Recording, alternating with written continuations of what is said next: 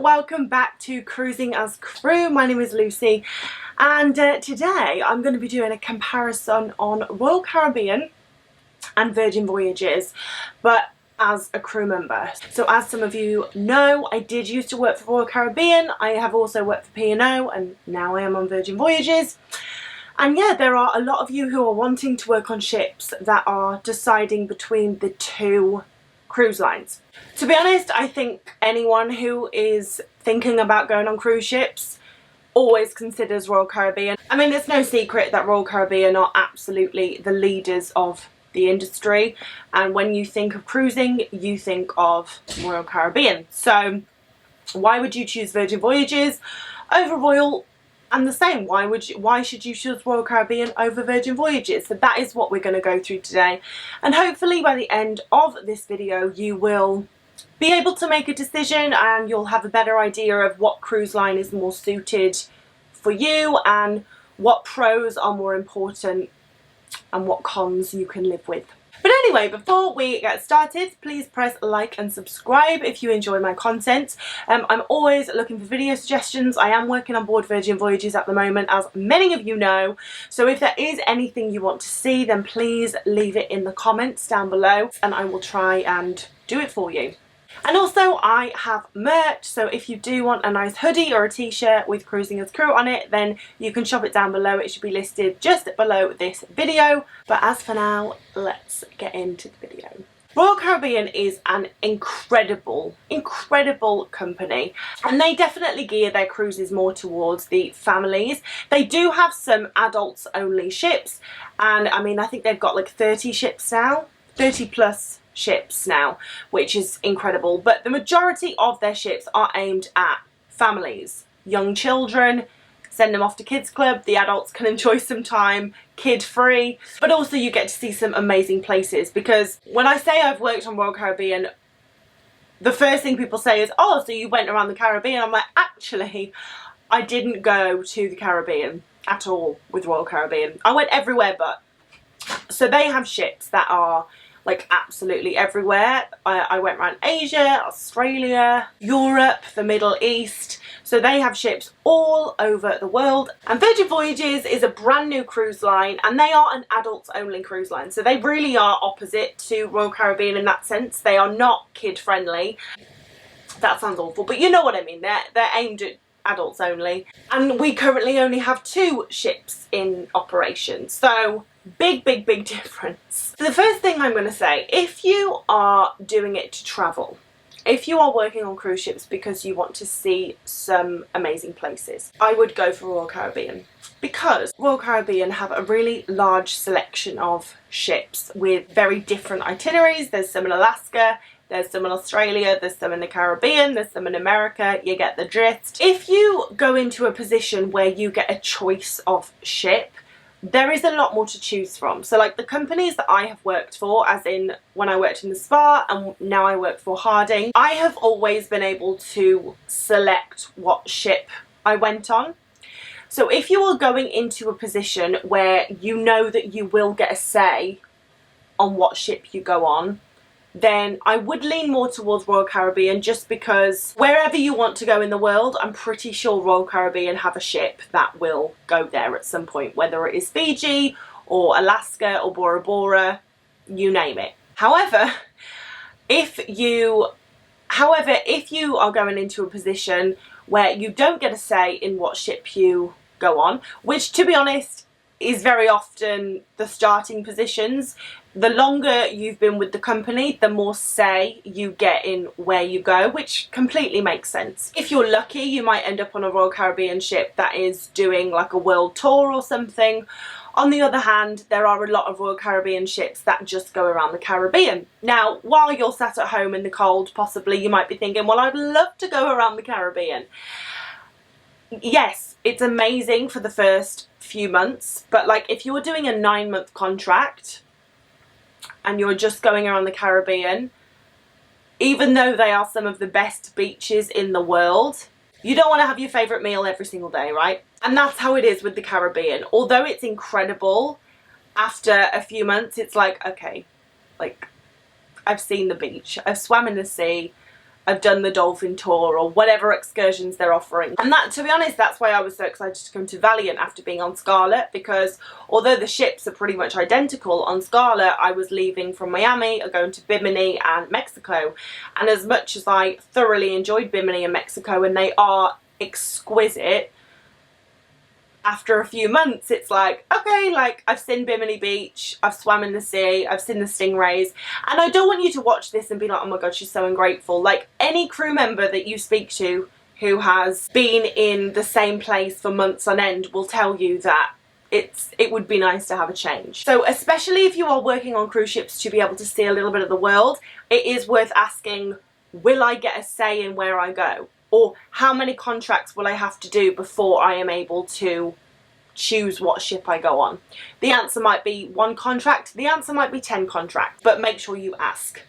And also something I would bear in mind, at the moment, shore leave is not granted on all ships. It does depend where in the world the cruise ships are.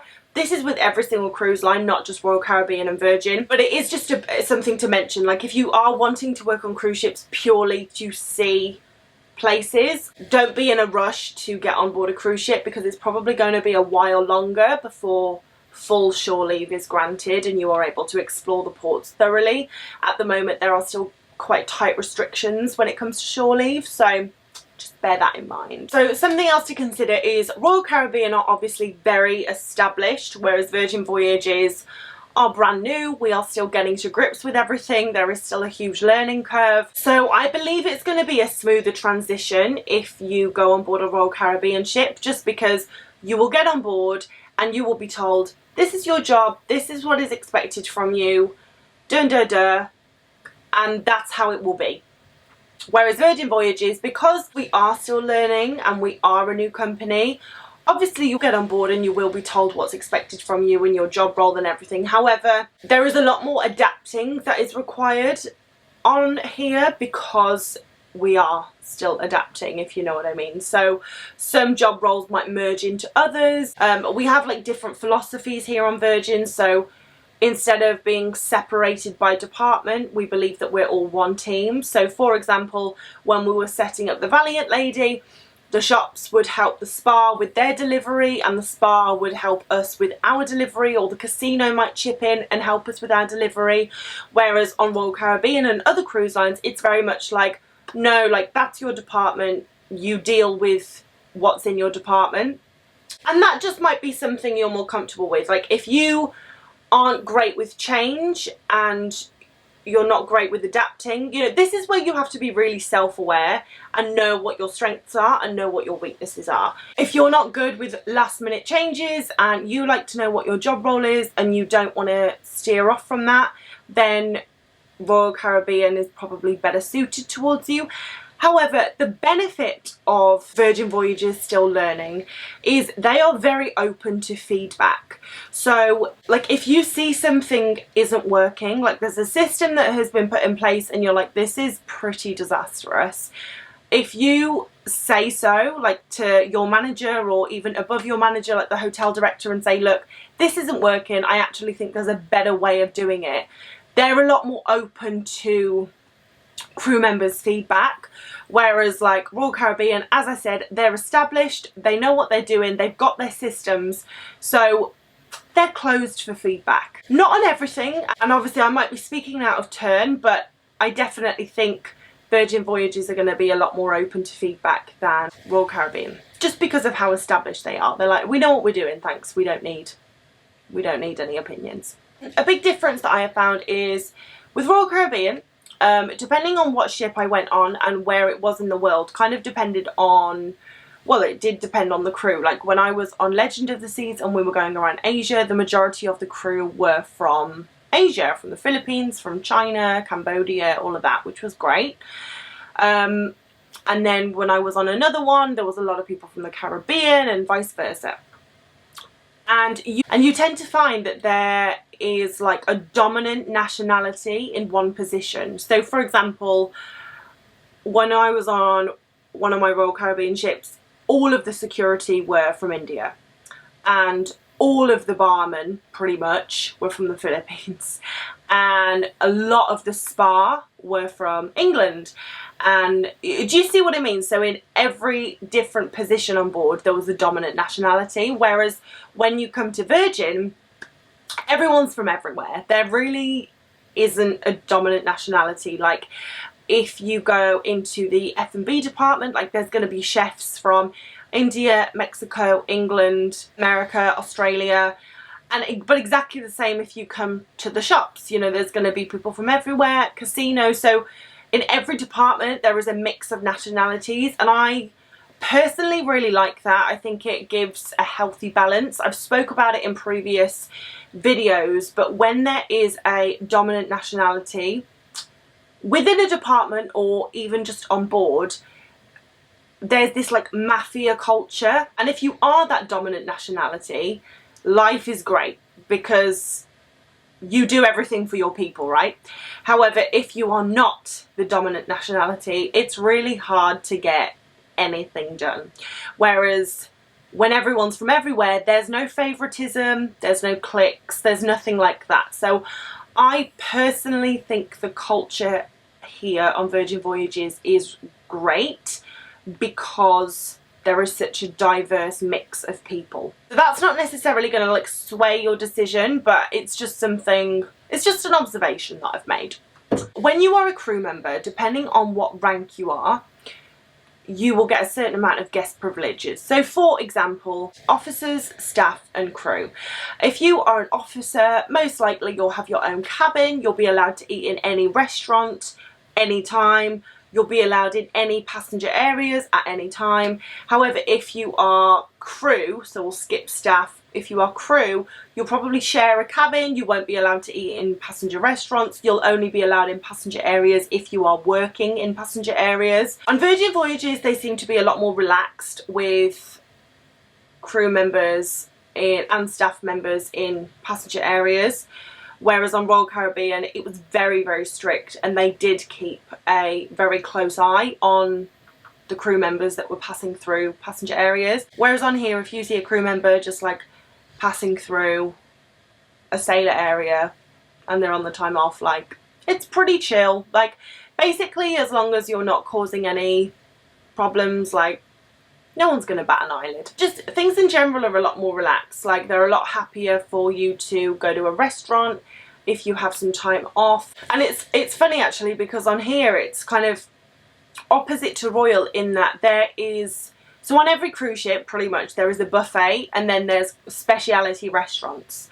And it's similar on Virgin. Like we have the galley, which is like a food court. I mean, it's kind of, it's what the buffet would be. And then you have loads of speciality restaurants, except on here you don't have to pay for them.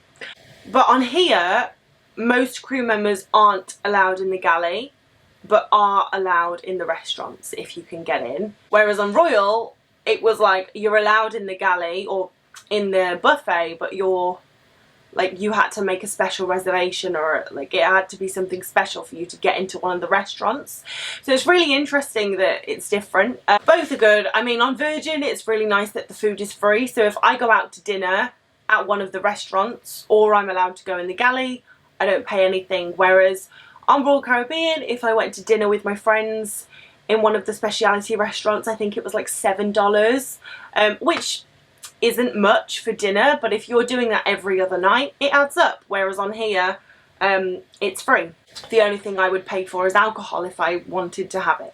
And then while we are on the subject of food, the mess on Virgin, the mess is where the crew members eat, is the best I've ever had. So on most cruise ships, there's usually a crew mess, a staff mess and an officer's mess. So again, everything's separated by ranks. And the crew mess usually consists of curry, rice, because predominantly it's people from the Philippines and India who eat in that mess. And then the staff mess is more like Western food, but I mean, I remember it being like burgers, chips, fried fish. Like if you saw a vegetable in there, it was like, oh my God, very exciting. So it was like junk Western food. And then the officers' mess would get you know, salmon and veg, and like they'd get the good stuff. I always really begrudged that because I was like, why should they eat better food just because they are a higher rank? Like, at the end of the day, we're all people, we all breathe the same air, we should all eat the same. And that has been Virgin's philosophy. Like, there is one mess instead of there being three, and we all eat the same. Like, I eat in the same place that the captain eats, that the officers eat, that the crew eat. We all eat the same stuff, and there is a range, you know, there's salad every day, there's nice desserts every day, there's like a carvery meat section, there's curries, but there's also like Western food, and like there's something for everyone. So I personally think that this mess is the best mess that I've ever eaten in. But also I just like the fact that we all eat the same food, and it's not dependent on your rank as to how good you're going to, or as to how well you're going to eat. Someone asked, like, oh, well, if I go on Virgin, I'll get a single cabin. I know on Royal Caribbean, on a lot of the bigger ships, they have made a lot of single occupancy cabins. They are not as nice as this one. Nevertheless, it is your own space, and it is a single cabin. Or if you go on one of the older, smaller ships, there are more sharing cabins. So whether you go on Virgin or Royal Caribbean, you are not guaranteed a single cabin. You're never guaranteed a single cabin. It's just, it depends on your rank, how high up you are, and if it is your first job on a cruise ship, then the likelihood is you will be sharing a cabin, because you usually have to work your way up to having a single cabin. There are a lot of different jobs available in Royal Caribbean, so because they are so established and they have so many ships, there are jobs available with Royal Caribbean that just aren't available with Virgin. For example, an ice skater. Jordan Booth has a YouTube channel, if you haven't checked her out, she's really cool. She's an ice skater for Royal Caribbean. Virgin does not have an ice rink, so you can't be a figure skater on here. Just like if you want to work in the art department, there's an art gallery on Virgin. There's an art gallery on Royal. There isn't on Virgin. Because Royal Caribbean are geared towards families, there's going to be like sports staff, cruise staff, kids club staff. So if you are wanting to go in a children-centered job, then Royal Caribbean is obviously going to be for you. Did I word that right? I don't know. So a lot of cruise lines who are established have adults only ships, and like they're kid friendly ships, whereas Virgin Voyages are a adults only cruise line, which means that all of their ships will be adults only. Both companies are amazing. I remember when I worked for Royal Caribbean, there was just this sense of pride that I had. Like, oh yeah, I work for Royal. I work for Royal Caribbean. Like, loyal to Royal. But yeah, no, I loved working for Royal Caribbean. I had the best time. It's a fantastic company. But my advice, as for anything in life, and especially when it comes to jobs, is let the universe decide. Apply for the jobs with both Royal and Virgin, and whatever you get, you get. Like, they're both great. Both companies are fantastic, and if the job you want to do is available on both, within both companies, then just apply for both and see what you get. And also see which one you prefer, because let's say you get an interview for both companies, that is your time to ask all of the questions that you want to ask and see which company is going to be better suited for you. But yeah, I loved my time with Royal, loved my time with Virgin, I'm loving my time with Virgin, and I would definitely work for Royal Caribbean again. The only reason I say, because I think I've said before, like I don't think I could work for any other cruise line after working for Virgin, and it would be difficult. Like, I do love working for Virgin, as many of you know, but honestly the main reason I couldn't go back is because with my rank on Virgin I have a single cabin, whereas if I went on Royal Caribbean in the same position I am now, I would have to share a cabin. And although I thoroughly enjoyed my time sharing cabins and I had wonderful roommates and some iffy ones, but it was a good learning experience, it would be really difficult to go back to sharing a cabin now. So I'm not saying I'm going to work for Royal, I'm just saying that both companies are great and you should consider both companies equally, because they're both fantastic for very different reasons. So I hope this has helped you make a decision and just shed some light on both companies. And yeah, let me know in the comments what job you want to apply for and what cruise line you are leaning towards, and if you are going to apply for both, and if you get the job, let me know. But anyway, I hope you have a fantastic day. If you have any questions, please leave them in the comments and I will get back to you. And yeah, I will see you in the next video, guys. But I have to go and get my laundry out the dryer. So, yeah. Bye, guys.